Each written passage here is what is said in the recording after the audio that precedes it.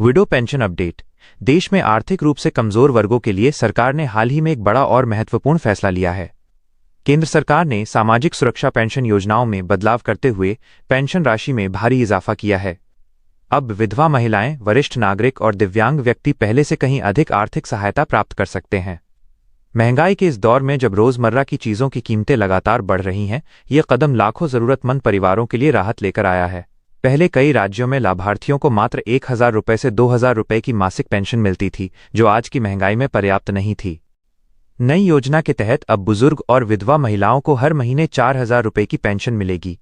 वहीं दिव्यांग नागरिकों के लिए अलग प्रावधान किया गया है, जिसमें विकलांगता के स्तर के अनुसार उन्हें 6,000 रुपये से लेकर 10,000 रुपये तक की मासिक वित्तीय सहायता दी जाएगी।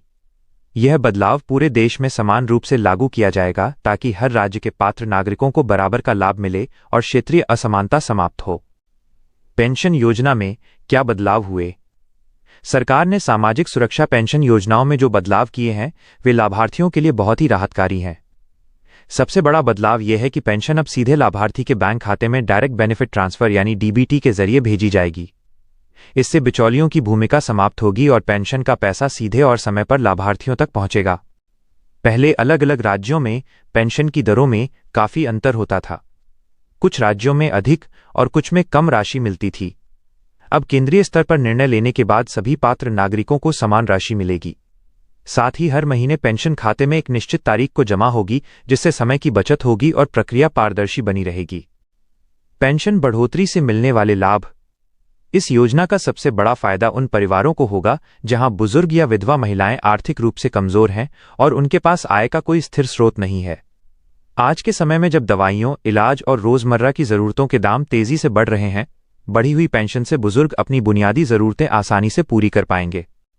ग्रामीण इलाकों में रहने वाली विधवा महिलाओं और वरिष्ठ नागरिकों के लिए ये बदलाव बहुत राहत देने वाला है। दिव्यांग व्यक्तियों के लिए ये और भी आवश्यक है, क्योंकि उनके इलाज और देखभाल में अतिरिक्त खर्च आता है और रोजगार के अवसर सीमित होते हैं। नई पेंशन राशि उनके जीवन स्तर को सुधारने में महत्वपूर्ण भूमिका निभाएगी। पेंशन योजना के लिए पात्रता मापदंड। विधवा पेंशन पाने के लिए महिला की उम्र कम से कम 40 वर्ष होनी चाहिए और उसके पति की मृत्यु हो चुकी होनी आवश्यक है।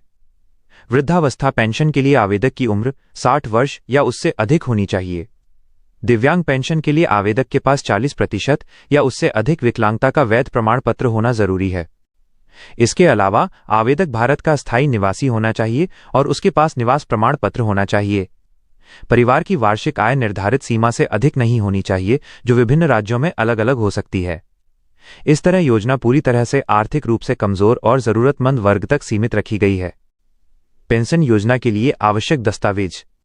इस योजना के तहत आवेदन करने के लिए कुछ जरूरी दस्तावेज भी अनिवार्य किए गए हैं। आधार कार्ड की स्पष्ट फोटोकॉपी जो बैंक खाते से लिंक होनी चाहिए, डीबीटी भुगतान के लिए जरूरी है।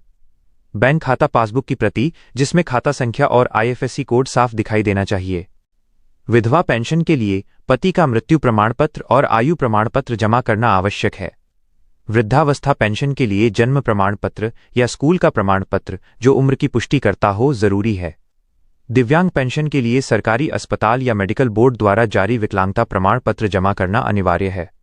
निवास प्रमाण के रूप में राशन कार्ड, मतदाता पहचान पत्र या बिजली बिल जैसी किसी भी दस्तावेज से स्थायी पते को प्रमाणित करना होगा। यह सुनिश्चित करेगा कि योजना का लाभ केवल उन्हीं लोगों को मिले जो वास्तव में पात्र हैं। पेंशन योजना की खास बातें। इस योजना की सबसे बड़ी विशेषता यह है कि पूरे देश में एक समान पेंशन राशि मिलेगी। इससे पहले कई राज्यों में विधवा या बुजुर्गों को बहुत कम पेंशन मिलती थी।